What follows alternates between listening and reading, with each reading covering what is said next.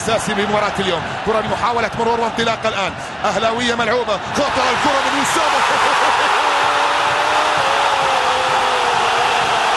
طائر الفينيق، طائر الفينيق. الملعب 3 على 3.